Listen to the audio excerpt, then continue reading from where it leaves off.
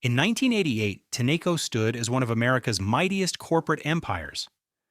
This industrial giant controlled oil and gas reserves stretching across continents, commanded pipelines that fed entire regions, operated shipyards that built vessels for the world's oceans, manufactured auto parts for millions of vehicles, managed insurance operations worth billions, and owned Case, a legendary name in farm equipment that had been building tractors since the 19th century.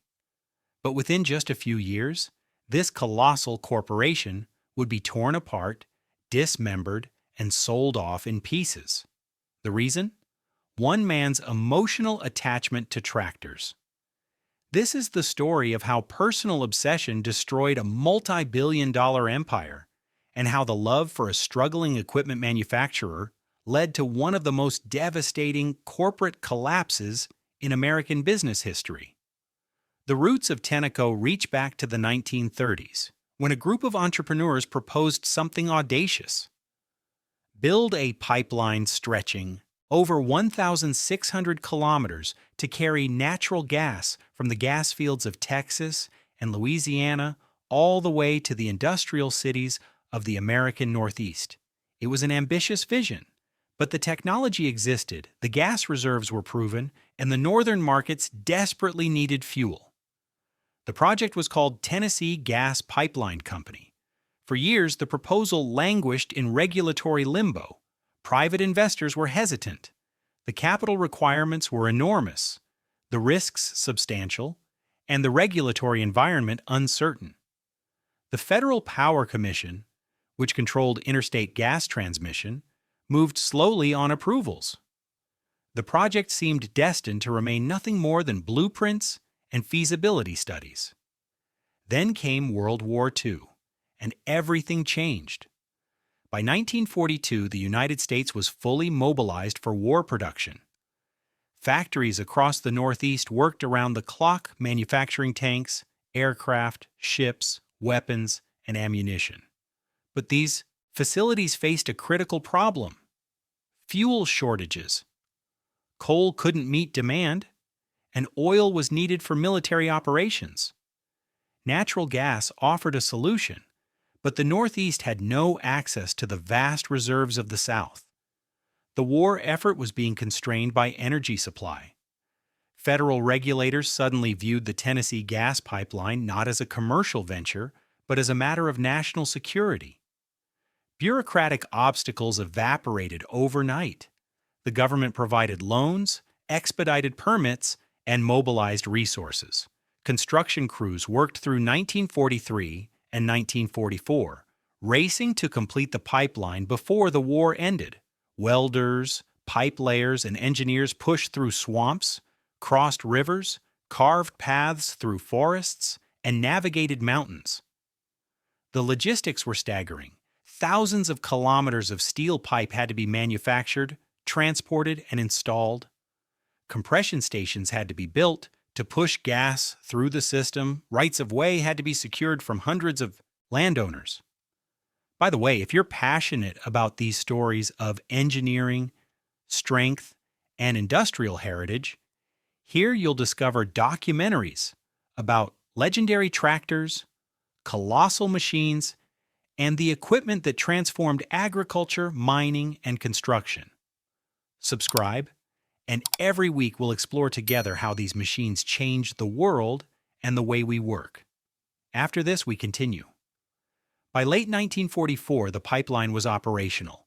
Natural gas began flowing from southwestern fields to northeastern war plants. The system delivered fuel during the final critical months of the conflict, powering the factories that built the weapons that won the war.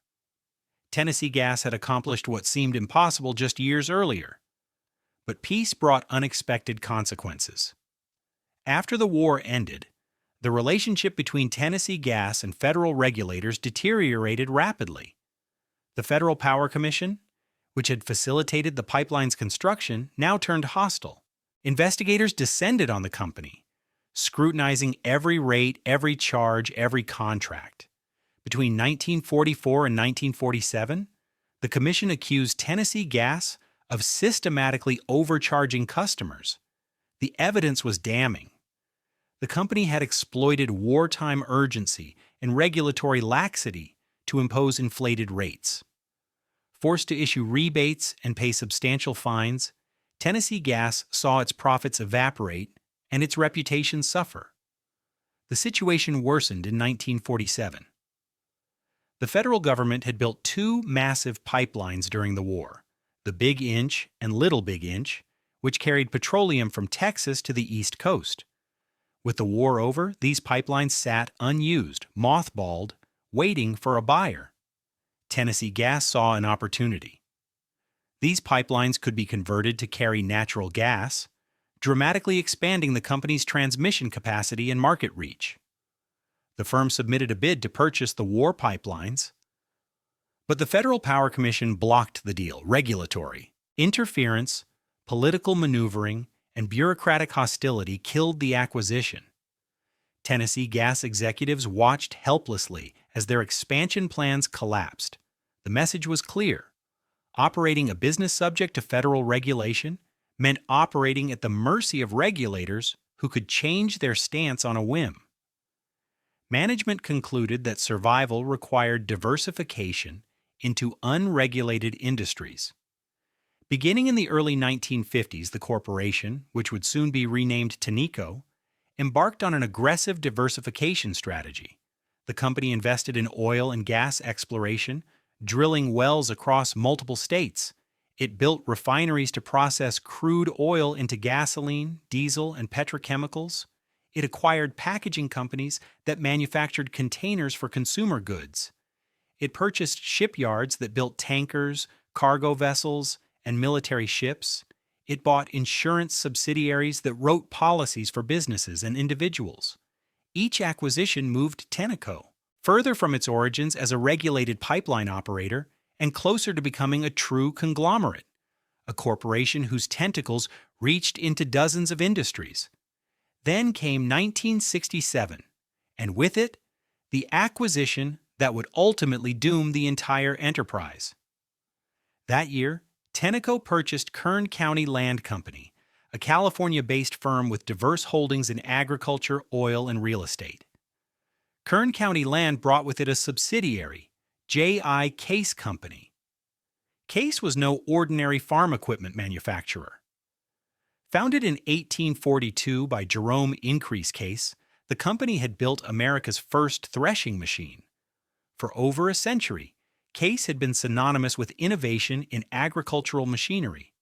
The company had pioneered the combine harvester, revolutionized tractor design, and established itself as one of the premier names in farm equipment. Farmers across America and around the world trusted Case machinery. The brand carried weight, prestige, and history. Tenneco executives viewed the acquisition as another step in building a diversified industrial empire. They had no idea they had just purchased the instrument of their own destruction. The man who would orchestrate this downfall was James Kettleson. Born in the Midwest during the Great Depression, Kettleson had studied accounting, earned his degree, and entered the business world during the post-war boom. He was methodical, detail-oriented, and ambitious. In 1959, he joined Case as assistant controller, a mid-level position managing finances and budgets. It was a good job, stable, with opportunities for advancement. Kettleson proved himself capable. He understood the machinery business, mastered the financial complexities of manufacturing operations, and impressed his superiors with his work ethic and competence. Promotions followed. By 1967, the same year Tenneco acquired Case, Kettleson had risen to become president of the company. He was now running the operation he had joined just 8 years earlier as a junior accountant. The timing seemed perfect. The 1970s brought unprecedented prosperity to American agriculture. Global population growth increased food demand. The Soviet Union, struggling with agricultural inefficiency, began purchasing massive quantities of American grain. Between 1972 and 1979, Soviet grain imports from the United States averaged 17 million tons annually. American farmers expanded their operations dramatically to meet this demand. They bought more land, planted more acres, and purchased more equipment. Tractor sales soared. Combine sales boomed. Case couldn't build machines fast enough. Under Kettleson's leadership, the company pursued aggressive expansion. In 1970, Case acquired Vibromax, a German manufacturer of compaction equipment used in construction. 2 years later, the company purchased David Brown, a British tractor maker with a strong presence in European markets. In 1977, Case bought a 40% stake in Poquelin, a French heavy equipment producer known for its excavators and hydraulic systems. Each acquisition strengthened Case's global footprint and product portfolio. Kettleson also pushed for massive investments in new product development and manufacturing capacity.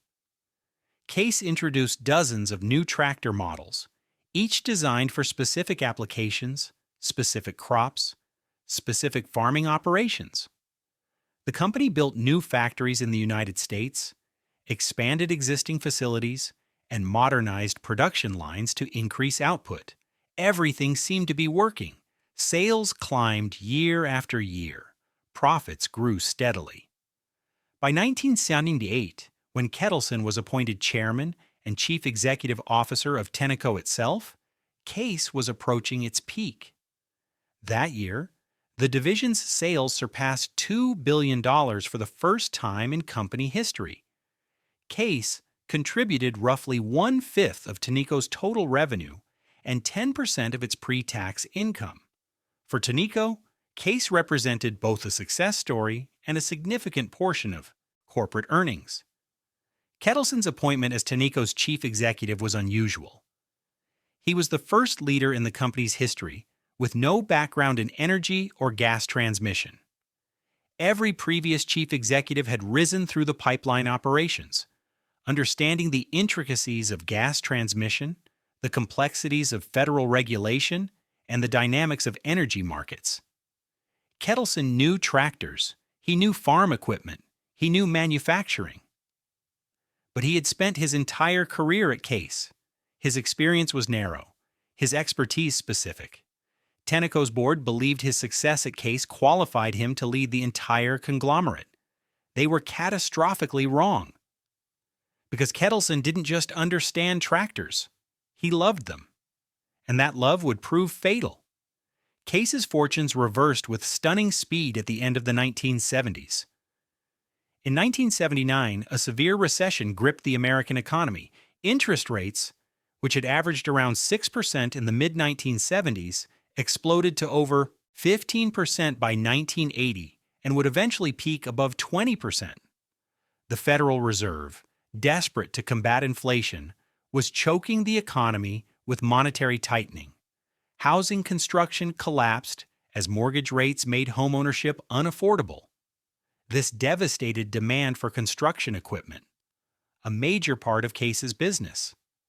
Simultaneously, the dollar strengthened against foreign currencies, making American exports expensive and uncompetitive. International sales, which had been growing rapidly, suddenly evaporated. But the most devastating blow came from Washington. In January 1980, President Jimmy Carter made a decision that would cripple American agriculture for a generation. In response to the Soviet invasion of Afghanistan, Carter imposed a comprehensive embargo on grain sales to the Soviet Union. American farmers who had built their businesses around Soviet demand were suddenly prohibited from exporting almost 20 million tons of grain annually. The impact was immediate and catastrophic. Grain that couldn't be exported flooded American markets. Massive surpluses accumulated in silos and elevators across the Farm Belt. Prices collapsed. Corn that had sold for $3.50 a bushel in 1979 dropped to $2.40 by 1981. Wheat fell from $4.50 to $3. Soybean prices cratered. Thousands of farmers faced bankruptcy. Farm auctions became weekly events in rural communities. Families that had worked the same land for generations lost everything. Banks that had financed farm expansion found themselves holding worthless collateral. The embargo accomplished nothing strategically. The Soviets simply purchased grain from Argentina, Australia, and Canada. Soviet citizens never went hungry. Soviet military operations in Afghanistan continued unimpeded. The only victims were American farmers and the companies that served them. President Ronald Reagan lifted the embargo in April 1981, but the damage was irreversible. American farmers had lost their reputation as reliable suppliers. Soviet buyers burned once, diversified their sources. The agricultural export boom was over, and it would never return at those levels. Case's income dropped by more than half between 1979 and 1980, plummeting from $131 million to just $65 million. Sales continued their downward spiral, 20% decline in 1981, another 17% drop in 1982, and further deterioration in 1983. By that year, worldwide demand for case products had fallen nearly 50% from 1978 levels. The division reported a loss of $68 million. Red ink flowed. Factories sat idle. Laid-off workers lined up at unemployment offices. The entire farm equipment industry faced an existential crisis. The numbers were staggering and brutal. Combine sales across the industry collapsed from 32,250 units in 1979 to just 8,800. By 1984, a decline of 73%. Farm bankruptcies flooded rural markets with high-quality used machinery. Why would a farmer buy a new $80,000 tractor when he could purchase a 3-year-old machine at auction for $30,000? Manufacturing across the industry contracted to less than 40% of capacity. Assembly lines designed to produce hundreds of tractors daily now built a handful per week. Employment plummeted from 160,000 workers in 1979 to 90,000 5 years later. Entire communities built around farm equipment manufacturing were decimated. Small towns in the Midwest watched their populations decline, their businesses close, their futures disappear. The fundamental problem was overcapacity. During the boom years of the 1970s, every major manufacturer had expanded aggressively. They had built new plants, expanded existing facilities, and invested in modern equipment to meet surging demand. Now, with demand cut in half, too many manufacturers chased too few sales. The industry could produce twice as much equipment as farmers wanted to buy. In Rock Island, Illinois, International Harvester operated a massive facility called the Farmall plant. This single factory, occupying over 1 million square meters and employing thousands of workers, could manufacture enough large tractors to supply all projected American demand for an entire year while operating at just 80% capacity. Yet International Harvester, Case, John Deere, Massey Ferguson, Alice Chalmers, Ford, and New Holland all competed in this segment, all maintaining factories, all trying to sell to the same shrinking market. Donald Lennox, chairman of International Harvester, spoke with characteristic bluntness to industry analysts in 1984.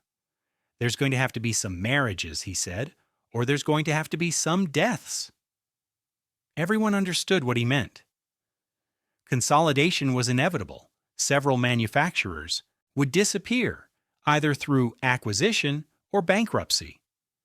The question wasn't whether companies would exit the market, but which ones and when. Industry observers universally expected Case to be among the casualties. The company was hemorrhaging money, its market share was eroding, and its parent corporation Tenneco had more profitable businesses to focus on. Exiting farm equipment made perfect strategic sense. Sell the division, take the loss, move on. But James Kettleson had other plans. Rather than sell Case or let it die, Kettleson doubled down. He poured resources into the struggling division. Money that could have been invested in Tenneco's profitable businesses flowed to Case instead. Thousands of workers lost their jobs as Kettleson tried to cut costs.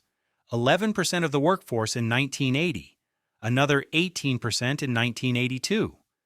Plants closed across America, Brazil, Britain, and Australia. The cuts were deep and painful, but they weren't enough to make Case profitable. The market was simply too weak, and too many competitors remained. Kettleson needed a different strategy. In late 1984, he made a move that stunned analysts, shocked competitors, and horrified Tenneco shareholders. Instead of abandoning farm equipment, Kettleson announced that Tenneco would acquire International Harvester's agricultural business in North America and Britain for $430 million. International Harvester was in catastrophic condition, far worse than Case. The company had reported a loss of $1,700 million in 1982, one of the largest corporate losses in American history at that time. The following year brought another $485 million loss. Harvester had restructured its debt 3 times to avoid bankruptcy. Creditors were demanding payment. The company was selling assets, closing plants, and laying off workers by the thousands. Harvester was desperate to exit the farm equipment business before it dragged the entire corporation into bankruptcy. But no buyer had emerged willing to take on such a troubled operation. Then Kettleson appeared, offering $430 million for a business that was worth far less, a business that was actively destroying shareholder value. The merger closed in early 1985, creating Case IH, the second largest farm equipment manufacturer in the world. The combined company controlled roughly 35% of the large tractor market and operated a network of 1,800 dealerships across North America and Europe. Kettleson defended the acquisition with arguments that seemed logical on the surface, but revealed deep flaws upon examination. He claimed that Tenneco couldn't simply exit the farm equipment business because of existing obligations, warranty commitments, parts and service agreements, dealer inventory financing, equipment lease obligations. These commitments would cost hundreds of millions of dollars to unwind. By acquiring Harvester's business for $430 million, Kettleson argued, Tenneco could consolidate the industry, eliminate a competitor, increase market share, and position the combined operation to dominate when the market eventually recovered. The incremental cost was modest, the strategic benefits were substantial, and the timing was perfect because Harvester was selling at distressed prices. By the way, if you're interested in understanding how great machines were born, the industrial brands that dominated their era, and the technology that drove progress, this channel offers real stories every week that combine innovation, ambition, and mechanical power. Subscribe and discover the secrets behind the machines that moved the world. Let's get back to the topic. But Kettleson's logic was fundamentally flawed. What he characterized as a modest incremental cost was actually a massive commitment to a highly cyclical, capital-intensive business with an uncertain future. The acquisition exposed Tenneco more fully to the farm equipment downturn. Case had managed to remain somewhat profitable during the early 1980s because it earned significant income from construction equipment, which served different markets and different economic cycles.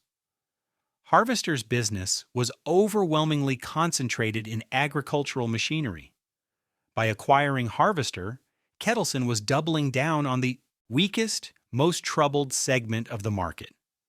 He was committing Tenneco's capital, management attention, and corporate reputation to an industry in structural decline, an industry suffering from chronic overcapacity, an industry where profitability might not return for years or even decades.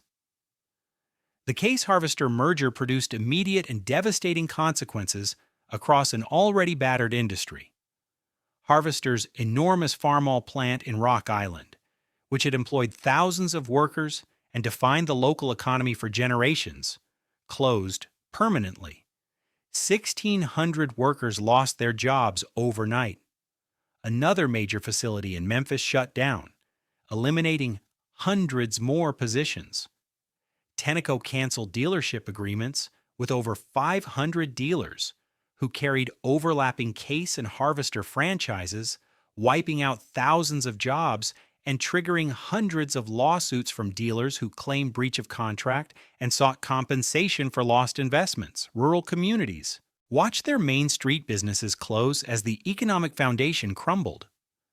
Despite the plant closings, workforce reductions, and new product introductions, Case IH continued to hemorrhage market share. John Deere, the industry leader, actually strengthened its position during the turmoil. Deere's share of the large tractor segment jumped from 45% in 1987 to 49% in 1988. Case's share slipped to 32% despite launching the new Magnum tractor line, which was supposed to reclaim market leadership. The problem was strategic confusion.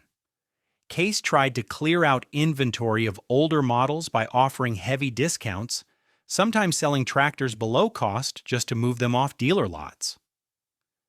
But these discounts diverted sales from the new Magnum line. Farmers could buy last year's model at a 30% discount or pay full price for the new machine. The choice was obvious. Case was competing against itself, destroying the profitability of its own new products. Between 1985 and 1988, Case lost at least $570 million. The division's president resigned in 1987 after the company reported a $259 million loss that year alone. His resignation was portrayed as voluntary, a planned retirement, but everyone knew the truth. He had failed to turn the business around, and Kettleson had lost confidence in him. A new president was appointed with promises of a fresh strategy, new products, and better execution. Nothing changed. The losses continued. Meanwhile, Kettleson kept pumping money into Case while maintaining Tenneco's dividend, a cash payment to shareholders that the corporation hadn't actually earned since 1984. Kettleson insisted on maintaining the dividend because cutting it would signal weakness, damage Tenneco's stock price, and invite hostile takeover attempts. But the dividend consumed cash that Tenneco desperately needed. Between Case's losses and the dividend payments, these outlays absorbed nearly one-third of Tenneco's total cash flow by 1988. The company was burning through its financial resources to support a failing business and maintain a dividend it couldn't afford. As income dried up, debt ballooned to $6.6 billion, much of it subject to floating interest rates that could rise without warning. To service this crushing debt load, Kettleson began selling assets. Real estate holdings and gold mines brought in $120 million. These were relatively small transactions, minor adjustments to the corporate portfolio. But then came the big sale. Tenneco's insurance subsidiaries, which were highly profitable and growing rapidly, were sold for $1.4 billion. The insurance business had been a steady contributor to corporate profits for years. It required little capital investment, generated reliable cash flow, and faced favorable market conditions. Selling it was financial malpractice, sacrificing long-term income to fund short-term losses. One former Tenneco executive, speaking anonymously to reporters, summarized the situation with brutal honesty. He's willing to sacrifice one of America's largest corporations to be number one in tractors.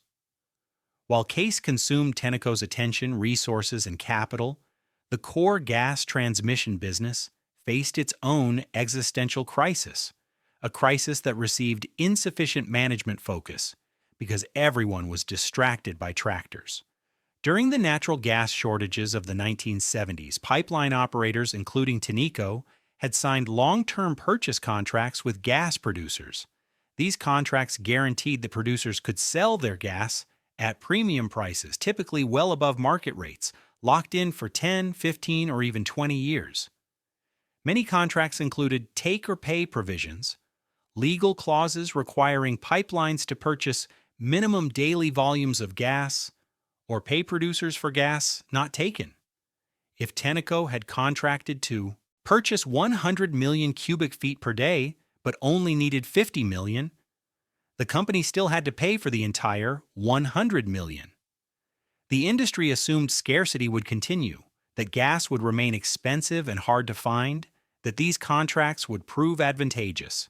Instead, deregulation in the early 1980s unleashed a wave of new exploration and production. Advances in drilling technology made previously uneconomic gas fields profitable. New supplies flooded the market. Simultaneously, conservation efforts and fuel switching reduced demand. Homes and businesses installed more efficient heating systems. Power plants converted to cheaper coal. Industrial users found alternatives. A massive gas surplus emerged, a glut of 1.4 to 3 trillion cubic feet that persisted throughout the entire decade. Gas prices collapsed.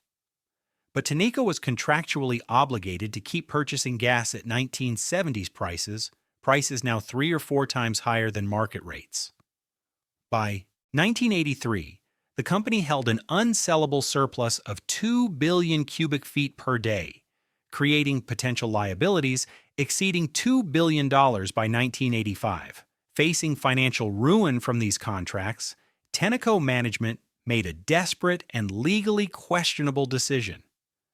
The company unilaterally attempted to rewrite contract terms through something it called the Emergency Gas Purchasing Program. Tenneco informed producers that it would no longer honor the agreed prices and volumes. The company would pay reduced rates or stop purchasing gas entirely. Take it or sue us was the implicit message. Major producers sued. 17 companies, including ExxonMobil, Texaco, Chevron, and other petroleum giants, filed lawsuits claiming breach of contract. These were not small operators that could be bullied or financially exhausted through litigation. These were corporations with unlimited legal resources and no incentive to settle cheaply. Tenneco fought the lawsuits aggressively, deploying its own legal armies, but the company's position was weak. The contracts were clear, the obligations unambiguous, and Tenneco's violations were documented. By late 1987, Tenneco had paid out over $300 million in settlements with various producers. Each settlement required Tenneco to acknowledge it had breached its contracts, pay damages, and restructure future purchases at more favorable terms. The settlements reduced Tenneco's future obligations, but drained cash reserves, and confirmed the company's willingness to break its agreements.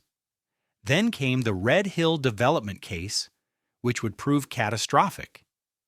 Red Hill was a small, family-owned gas producer in Ohio. The company had signed a take-or-pay contract with Tenneco and had drilled wells specifically to fulfill that contract.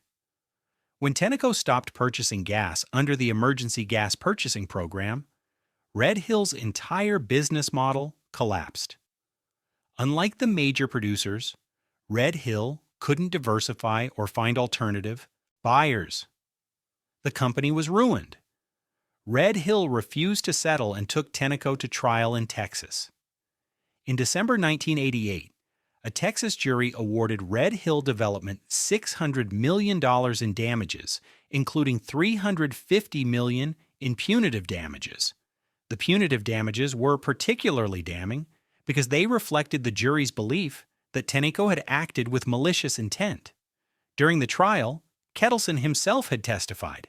His testimony was disastrous.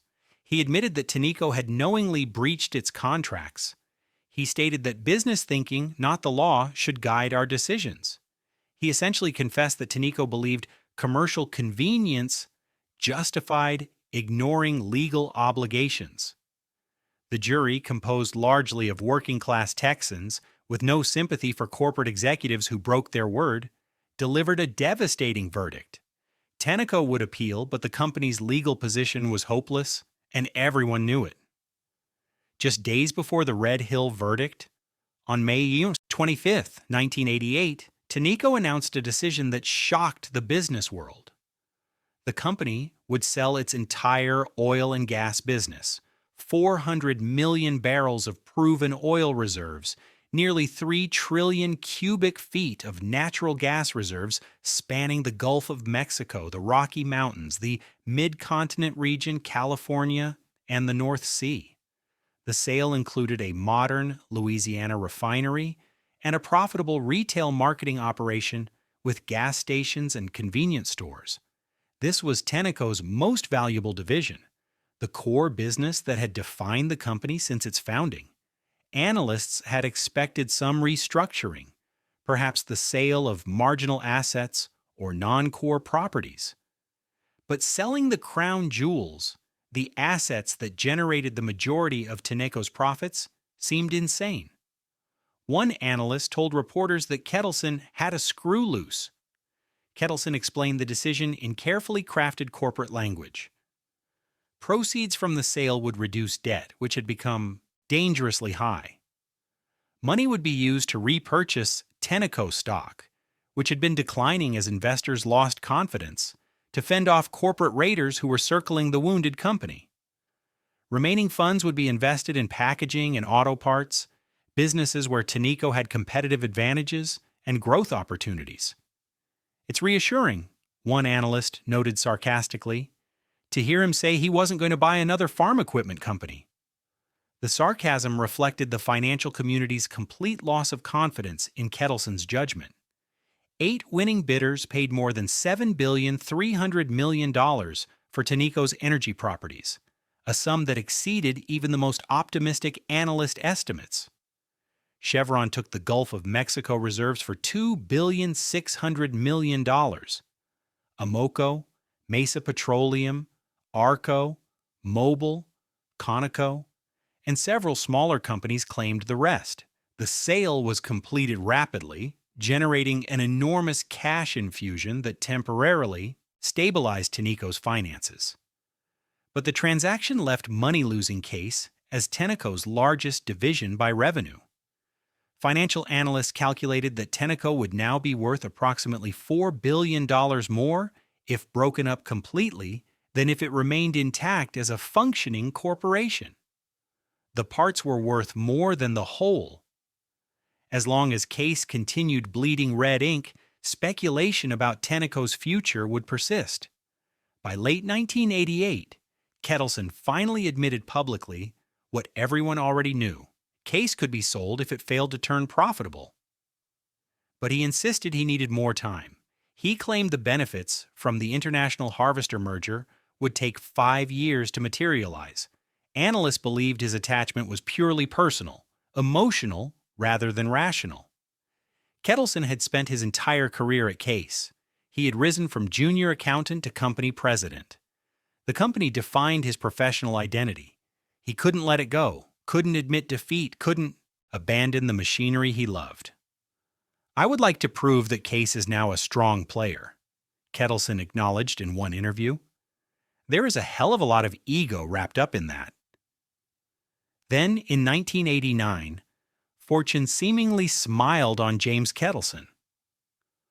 The long farm recession that had devastated agriculture throughout the 1980s finally began to lift. Federal farm programs, enacted in the mid-1980s, started reducing grain surpluses that had depressed prices. The government paid farmers to take land out of production, purchased surplus grain for foreign food aid, and implemented policies that gradually reduced stockpiles. Commodity prices stabilized and then began rising. Farm income, which had collapsed during the early 1980s, rose more than 50% between 1983 and 1988. Farmers who had survived the brutal downturn now had cash to invest. Equipment purchased during the 1970s boom was wearing out after a decade of deferred maintenance. Tractors that should have been replaced years earlier were finally breaking down beyond repair. Combines purchased in 1978 now had 15,000 operating hours and needed constant repairs. farmers could finally justify buying new machinery. Case reported a profit of $228 million in 1989, its first profitable year since the International Harvester merger. Sales were growing, dealers were optimistic, and new product launches were receiving positive reviews. Kettleson's gamble appeared to have paid off. He had endured years of criticism, massive losses, shareholder anger, and industry ridicule, but he had held on, kept investing, and now Case was profitable again. The tractor obsession had been vindicated, or so it seemed, but the success was illusory, built on accounting tricks and unsustainable practices that would soon unravel. Case had ramped up manufacturing dramatically in 1990, anticipating continued strong demand. Assembly lines that had been idle for years roared back to life. Workers were recalled from layoffs. Factories operated multiple shifts, and tractors poured off the production lines, thousands of units that were immediately shipped to dealers and booked as sales. This was standard practice in the industry, but there was a crucial detail that made Case's approach particularly dangerous. Most manufacturers, including industry leader John Deere, discounted dealer shipments by 20% or more when calculating revenue. This conservative accounting recognized that tractors sitting on dealer lots weren't truly sold until farmers purchased them. If dealers couldn't sell the inventory, manufacturers would have to take tractors back or offer additional discounts. Case used much smaller discounts, sometimes as low as 5%, booking nearly the full value of dealer shipments as revenue. This made Case's sales figures look stronger than they were and inflated reported profits. By early 1991, Case dealers were drowning in unsold inventory. 11 months of surplus sat on their lots, tractors baking in the sun, combines gathering dust, equipment financed with borrowed money that generated no income. John Deere dealers maintained only 3 or 4 months of inventory, a healthy level that reflected strong retail sales. Case's inventory levels indicated serious problems, but corporate management in Racine, Wisconsin seemed oblivious. Then came the Gulf War. In August 1990, Iraq invaded Kuwait, triggering an international crisis that would have unexpected consequences for American agriculture. Oil prices spiked, gasoline prices jumped, and economic uncertainty spread. Consumer confidence collapsed. Farmers, worried about fuel costs and general economic conditions, postponed equipment purchases. Tractor sales collapsed almost overnight. John Deere, with its conservative inventory management and realistic accounting, immediately recognized the problem. The company cut tractor production by 21% in a single quarter, matching manufacturing output to actual retail demand. This caused short-term pain, plant shutdowns, temporary layoffs, but it prevented inventory from building to dangerous levels. Case, incredibly, kept shipping equipment to dealers and booking phantom sales. Management either didn't understand what was happening or refused to acknowledge reality. Tractors continued rolling off assembly lines, trucks continued delivering them to dealer lots, and Case continued reporting sales that didn't reflect economic reality. In March 1991, Case's president abruptly resigned. No explanation was given publicly, just a brief press release thanking him for his service and wishing him well in future endeavors. But inside the industry, everyone knew why he left. First half losses for 1991 had hit $33 million, and the full year numbers would be far worse. The Tenneco board of directors, which had tolerated Kettleson's obsession with Case for over a decade, finally acted. In August 1991, the board named Michael Walsh, former chairman of Union Pacific Railroad, to replace Kettleson as chief executive officer. Kettleson was allowed to remain as chairman, a largely ceremonial role, but he was stripped of operational control. His era had ended. Walsh moved quickly. The following month, September 1991, he announced a $2 billion restructuring that would reshape Tenneco completely. The sacred dividend, which Kettleson had maintained even as the company bled money, was eliminated entirely. Non-core assets were sold to raise cash. Capital spending was slashed across all divisions. 5,000 employees lost their jobs in a single round of layoffs. The restructuring was painful but necessary. Tenneco was on the edge of bankruptcy, and only drastic action could save it. But even this massive restructuring wasn't enough. Case lost more than $800 million in 1991 and 1992 combined.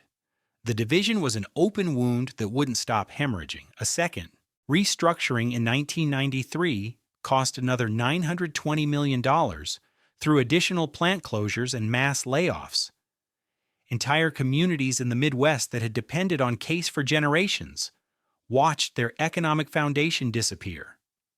Racine, Wisconsin, Case's historic headquarters, saw thousands of jobs vanish. Rock Island, Illinois, never recovered from losing the Farmall plant. These weren't just statistics. These were families losing their homes, small businesses closing, schools losing students, tax bases eroding, futures disappearing. In February 1994, Dana Mead succeeded Walsh as chief executive officer. Mead had no emotional attachment to Case, no history with tractors, no sentimental feelings about farm equipment. He looked at the numbers and saw a business that would never be profitable, a division that was destroying shareholder value, an operation that needed to be eliminated. Mead did something remarkable. He offered Case to anyone who would take it off his hands for $1, not $1 million, not $100,000, just one single dollar. There were no takers. No company wanted Case, even for free, because the liabilities exceeded any potential value. With no buyer willing to take the entire division, Tenneco began selling Case stock through a public offering, gradually reducing its ownership stake. By mid-1995, the corporation had unloaded 56% of Case, recovering some capital but taking enormous losses on the sale.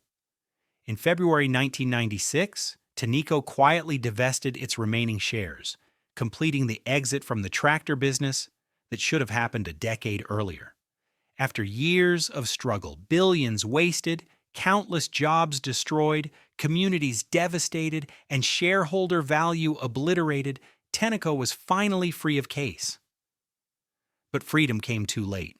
The conglomerate itself was mortally wounded.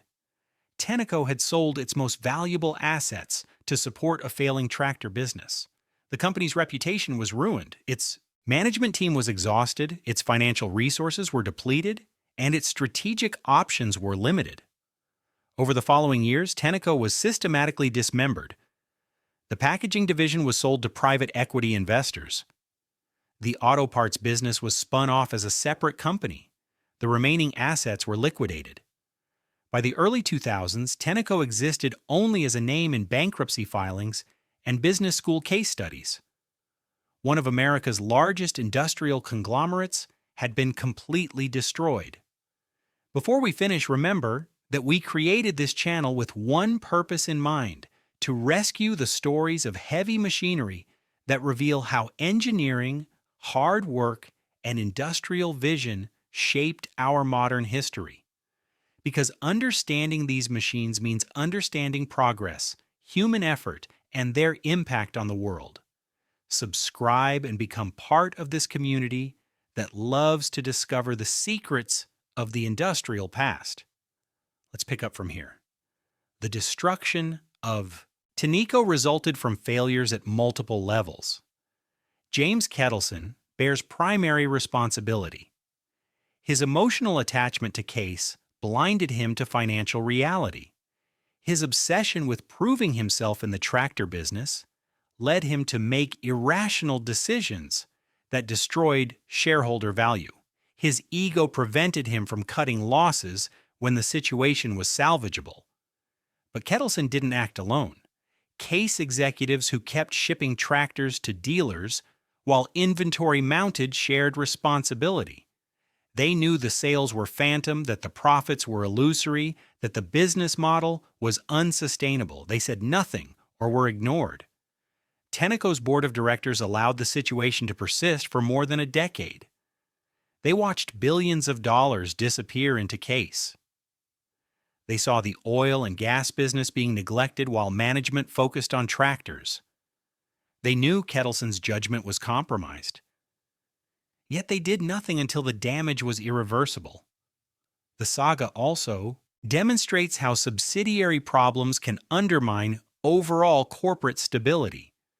Throughout the 1980s, Tenneco's managerial talent, its best executives, its strategic thinkers, all focused on Case's troubles while the core energy business faced deregulation, the take-or-pay crisis, and collapsing oil prices.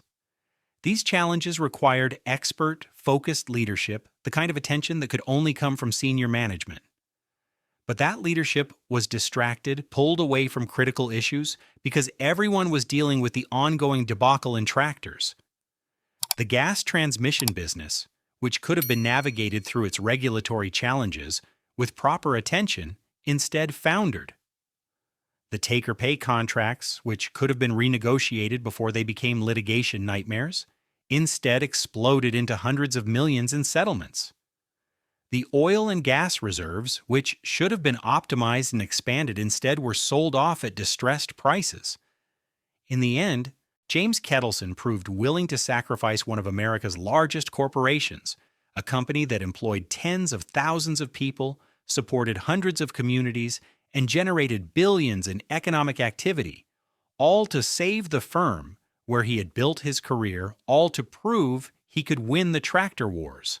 He lost those wars.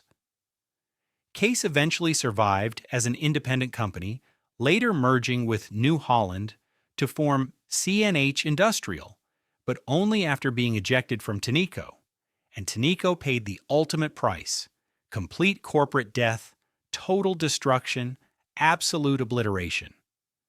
The empire built over 5 decades disappeared in less than 10 years, consumed by one man's obsession with tractors.